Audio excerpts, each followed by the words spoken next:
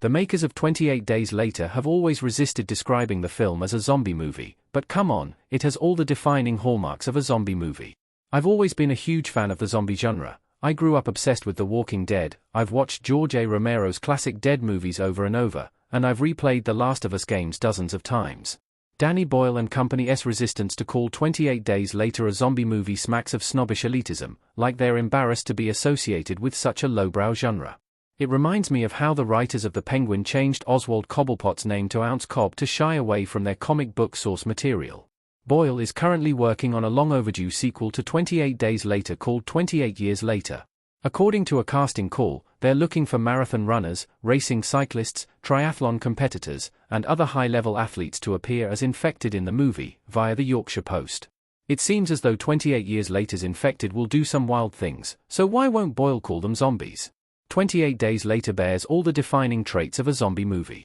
The only difference between 28 Days Later and Night of the Living Dead is the origins of the zombie apocalypse. The modern zombie as we know it was defined by Romero's Night of the Living Dead. When a big chunk of the human population is turned into ravenous, flesh-eating monsters, a disparate group of survivors band together to fend off the monstrous hordes and stay alive in the scary new world. That plot summary could interchangeably be used to describe Night of the Living Dead or 28 Days Later. 28 Days Later follows all the hallmarks of a Romero zombie movie, just in a British setting as opposed to Romero's home country of America. The only difference between Night of the Living Dead and 28 Days Later is the origins of the zombie apocalypse. In Night of the Living Dead, dead bodies mysteriously rise from their graves to feast on the living. In 28 Days Later, a rage virus is released from a laboratory. But it seems ridiculous to claim that that minor difference puts 28 Days Later in a whole different genre category. If it looks like a zombie movie and has all the tropes and conventions of a zombie movie, then maybe it is a zombie movie. The survivors hole up in various isolated locations to hide out from the infected, just like in a Romero movie, and the infected always manage to find them, just like in a Romero movie. The debate over whether or not 28 Days Later is a zombie movie feels as arbitrary as the debate over whether or not Die Hard is a Christmas movie. But while it's debatable what counts as a Christmas movie, it's not really debatable what constitutes a zombie movie, and 28 Days Later has more than enough to qualify as a zombie movie. If 28 Days Later's infected can't be cured, it doesn't matter that they're not technically dead. They're not technically the undead, but they might as well be.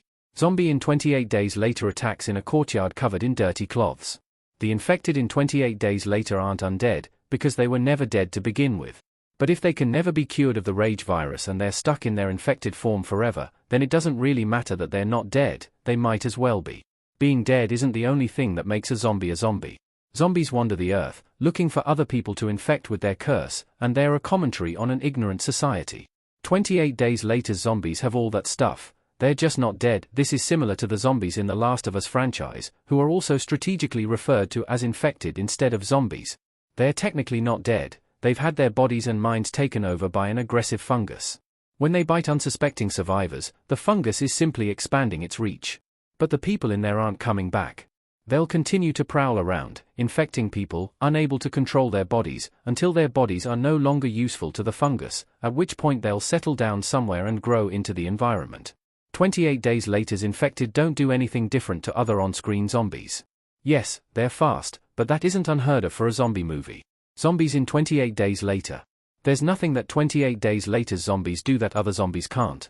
At least in The Last of Us, the infected mutate into things that have never been seen before, like clickers, bloaters, and the dreaded Rat King. The only thing that makes 28 Days Later's zombies different is that they are fast. Romero's zombies were typically slow-moving, they dawdled and shuffled through the streets and only really became a major threat in large numbers. In 28 Days Later, the zombies can sprint, which makes it even more thrilling when the survivors are fleeing from them, but 28 Days Later didn't invent fast zombies. They could previously be seen in Peter Jackson's Dead Alive, Dan O'Bannon's Return of the Living Dead, and the Resident Evil games. Sure, 28 Days Later popularized fast zombies, they were later seen in I Am Legend, World War Z, and the brilliant Train to Busan, but they existed long before it. 28 Days Later doesn't do enough to revolutionize the traditional zombie movie, or the traditional zombie, for it to not be considered one. 28 Days Later's writer confirms it's a zombie movie, even if Cillian Murphy disagrees. Alex Garland said 28 Days Later is pretty much a zombie movie. Cillian Murphy as Jim walking near the Houses of Parliament in 28 Days Later. While Boyle has regularly denied that 28 Days Later is a zombie movie, his fellow filmmakers have their own take on the debate. The movie's star, Cillian Murphy, agrees with Boyle. The actor said that when he was making the film, he never thought of it as a zombie movie. Since they were shooting it around the time of the SARS outbreak and there was a lot of talk in the news about air rage, Murphy felt like they were making a movie tapping into that zeitgeist. He never watched Romero's zombie films and didn't realize how hallowed they were. The movie's writer, Alex Garland, has a different opinion. He disagrees with Boyle and Murphy and believes that it is, indeed, a zombie movie. He said he's aware that there's been a lot of discussion about whether or not 28 Days Later is a zombie movie, and, to put an end to that discussion, he simply said, "It's a zombie movie." He noted that, because of the rage virus element, there may be technical discrepancies that disqualify the infected from being classic zombies, but they're pretty much zombies.